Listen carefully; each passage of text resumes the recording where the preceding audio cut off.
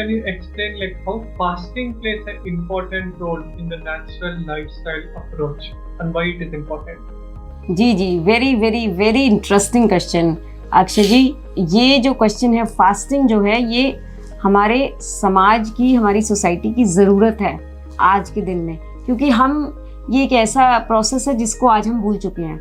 लेकिन एक और सच है कि फास्टिंग एक ऐसी सच्चाई है, एक ऐसा प्रोसेस है जिसके ऊपर न केवल हमारे धर्म ग्रंथों ने बोला है, हमारे ग्रंथों ने बोला है, बल्कि आजकल इसको साइंटिफिकली भी प्रूव किया है कि अगर हम फास्टिंग करते हैं, अगर हम उपवास करते हैं, तो हम पीक हेल्थ को अचीव कर सकते हैं। हम कैंसर जैसी बड़ी बड़ी बीमारियों से फाइट कर सकते हैं, उनसे बच सकते हैं। Nobel prize winner scientist Yoshinori Ohsumi ने सन 2016 में ये प्रूव किया। मैं पहली बार तो नहीं आपको ये बता रही हूँगी, आपने पहले भी सुना होगा कि क्योंकि वो नोबेल प्राइज विनिंग एक साइंटिस्ट हैं, उन्होंने अपनी रिसर्च में ये प्रूव किया कि अगर 15 दिन में एक बार हम फास्टिंग करें, लेकिन फास्टिंग का मतलब सही तरीके से फास्टिंग करना, फास्टिंग का मतलब है उपवास करना। उस दिन हम केवल लिक्विड ले सकते हैं। उन्होंने अपनी रिसर्च में ये प्रूव किया है कि खाना कुछ नहीं है, केवल आप लिक्विड ले सकते हैं, पानी ले सकते हैं, आप नारियल पानी ले सकते हैं। अगर आप इस तरीके से 15 दिन में एक बार फास्टिंग करते हैं तो हम कैंसर जैसी सीरियस डिजीजेस से भी बच सकते हैं। ये होता कैसे है? उनकी रिसर्च में ये प्रूव्ड है कि जब हम फास्टिंग करते हैं तो हमारी बॉडी में ऑटोफेजी एक्टिवेट हो जाती है। ऑटोफेजी एक ग्रीक टर्म है जिसका मतलब है self eating. Self eating is to कि हमारी बॉडी की जो डैमेज सेल्स हैं, जब हम फास्टिंग करते हैं अपनी बॉडी को दूसरा कोई काम नहीं देते, क्योंकि हमने यहाँ से खाना बंद कर दिया तो डाइजेशन का काम रुक गया। अब जो हमारा जो गट है, अब हमारे गट को डाइजेशन का काम नहीं करना है, तो वो क्या कर रहा है कि जो भी डैमेज सेल्स हैं उनका ब्रेक डाउन हो रहा है, वो रिसाइकल हो रहे हैं, रीजनरेट हो रहे हैं। अब जब डैमेज सेल ही हमारे जो सेल्स बड़ी बड़ी बीमारियों, जो डैमेज सेल बड़ी बड़ी बीमारियों का कारण है, जब वो डैमेज सेल ही रिसाइकल हो गए तो फिर होगा क्या? हमारी लॉन्जेविटी, उम्र बढ़ जाएगी, हमारी आयु बढ़ जाएगी, एजिंग कम हो जाएगी, यानी कि बुढ़ापा देर से आएगा। इसको दो तरीके से देखिए, हम समझ सकते हैं। अगर आप कोई भी हैवी खाना खाएंगे, अभी आप कोई भी हैवी फूड का नाम ले सकते हैं, तो छोले भटूरे या ऐसी कोई भी चीज़ अगर आप खाते हैं, 2 पराठे खा लेते हैं, छोले भटूरे खा लेते हैं, तो आप क्या देखते हैं कि आपकी श्वासें तेज चलने लग जाती हैं, हार्ट बीट बढ़ जाती है। लेकिन अगर आप नारियल पानी पीते हैं, अगर आप फ्रूट्स खाते हैं, तो फिर आपकी श्वासें तेज नहीं चलती हैं। तो अब भगवान ने तो हमें श्वासें ही दे के भेजा है ना, कि हमारी सांसें कितनी हैं। जब कोई व्यक्ति चला जाता है तो कहते हैं सांसें पूरी हो गई, तो हमारी सांसें कितनी हैं? तो अगर हम फास्टिंग करते हैं तो हमारी श्वास जो है वो स्लोली चलती है, फास्ट नहीं होती है, तो अल्टीमेटली हमारी एज बढ़ती है, बुढ़ापा देर से आता है, स्किन ग्लो करती है, वजन कम हो जाता है। लेकिन फिर हम आपको यही बात कहना चाहते हैं कि जापानीज साइंटिस्ट ने तो इस बात को सन 2016 में प्रूव किया, लेकिन हमारे धर्म ग्रंथों ने तो हजारों साल पहले इस बात को प्रूव कर दिया था कि 15 दिन में एक बार एकादशी का उपवास करना चाहिए।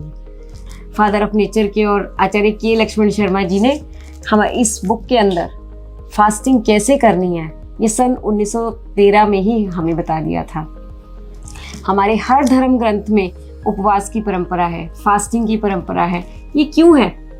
वो इसीलिए है कि उनको मालूम था। हमारे ग्रंथों में देखिए ना, हिंदू धर्म में तो पूर्णमासी का उपवास है, त्रयोदशी का उपवास है, करवा चौथ का उपवास है, महालक्ष्मी का उपवास है, नवरात्रों के उपवास हैं। ऐसा कहा जाता है कि साल में जितने दिन हैं उतने उपवास हैं। सोमवार का उपवास है, सोमवार को भगवान शिव का उपवास है, तो मंगलवार को बजरंगबली के लिए उपवास है।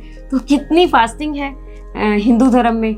और जैन धर्म वो तो पूरा फास्टिंग पर ही बेस्ड है।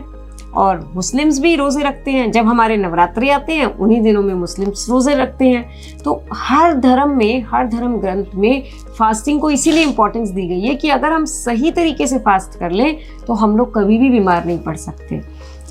एक बार मेरी मदर इन लॉ ने मुझे बताया कि उनके समय में जब जो वैद्य होते थे, उस समय तो इतने डॉक्टर्स थे नहीं, जो वैद्य होते थे, तो अगर कोई बीमार पड़ जाता था, बुखार हो जाता था, तो वो उसका खाना पीना बंद कर देते थे और एक पुड़िया दे देते थे बस, ये बात क्या प्रूव करती है? ये बात यही प्रूव करती है कि पुराने वैद्यों को ये साइंस मालूम थी। वो एक पुड़िया देते थे और कहते थे खाना पीना बंद कर दो और बुखार 1 2 3 दिन में ठीक हो जाता था। ठीक ऐसे ही अगर आप इसको अपने घर में एक्सपीरियंस करके देखना चाहते हैं तो आपके घर में अगर कोई पेट है आप उसके ऊपर देख सकते हैं। आपके घर में अगर कुत्ता है, डॉग है जिसको आपने पाला हुआ है, बिल्ली है या कोई गाय है, तो आप देखिए अगर गाय बीमार हो जाए या गाय को चोट लग जाए तो आप उसको कितना ही बढ़िया खाना दो, हरी हरी घास दो, वो खाएगी नहीं। कुत्ता खाना खाएगा ही नहीं, क्योंकि उनको मालूम है कि अभी मेरी बॉडी की पूरी हीलिंग पावर क्या चाहती है, फास्टिंग करके अपने आप को ठीक करना चाहती है। उनको भी ये साइंस मालूम है और हम भूले बैठे हैं। अगर हमें नज़ला जुकाम बुखार हो जाए तो हमें भी भूख नहीं लगती, लेकिन हम इस साइंस को भूल चुके हैं कि हमें भूख नहीं लगती, क्योंकि हमें दवाई खानी है। और हमारी कंडीशनिंग भी यही है कि दवाई नहीं, अगर खाना नहीं खाओगे तो शक्ति कैसे आएगी, खड़े कैसे होगे। तो इसीलिए हम खाते रहते हैं और हमारे नॉर्मल बुखार भी क्रॉनिक फीवर में, हमारा वायरल फीवर भी क्रॉनिक फीवर में, कभी डेंगू, कभी चिकनगुनिया और फिर कोरोना, ये स्टेजेस में आगे आगे जाता जा रहा है। कारण सिर्फ एक ही है कि हम नॉर्मल बुखार में भी, वायरल बुखार में भी दवाई खाते रहते हैं। तो अल्टीमेटली हम आपको कहना क्या चाहते हैं कि जैसे हड्डी को आराम देने से, अगर हड्डी फ्रैक्चर हो जाए, हड्डी को आराम देने से हड्डी जुड़ जाती है, ठीक ऐसे ही अगर हम अपने डाइजेस्टिव सिस्टम को आराम देते हैं तो हमारी 90% तक लाइफस्टाइल डिजीजेस ठीक हो जाती हैं, क्योंकि सारी बीमारियां हमारे गट से आ रही हैं, हमारे डाइजेस्टिव सिस्टम से आ रही हैं। अक्षय जी, जिस पैथी की हम बात कर रहे हैं ये हमारे भारतीय संस्कृति में रग रग में समाई हुई है, ये हमारे डीएनए में है। हमारे एंसेस्टर्स इसके बारे में बहुत अच्छे से जानते थे। पंजाब की एक कहावत है, जर जुकाम परौना। जर का मीनिंग क्या होता है? Fever, fever. और जुकाम का मीनिंग क्या होता है? कोल्ड।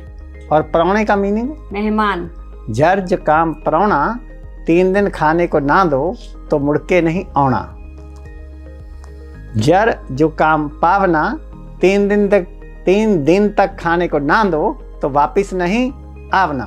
बुखार को, जुकाम को और मेहमान को यदि 3 दिन तक कुछ खाने को ना दो तो दोबारा वापिस नहीं आते हैं। ये कहावत मैंने नहीं बनाई, ये हमारे पूर्वजों की बनाई हुई है। और इसी साइंस को फॉलो करो, आपका जुकाम, उल्टी, दस्त, बुखार विदिन 3 डेज बिना दवाई के ठीक हो जाएगा। 25 साल के एक्सपीरियंस के साथ बोल रहा हूँ।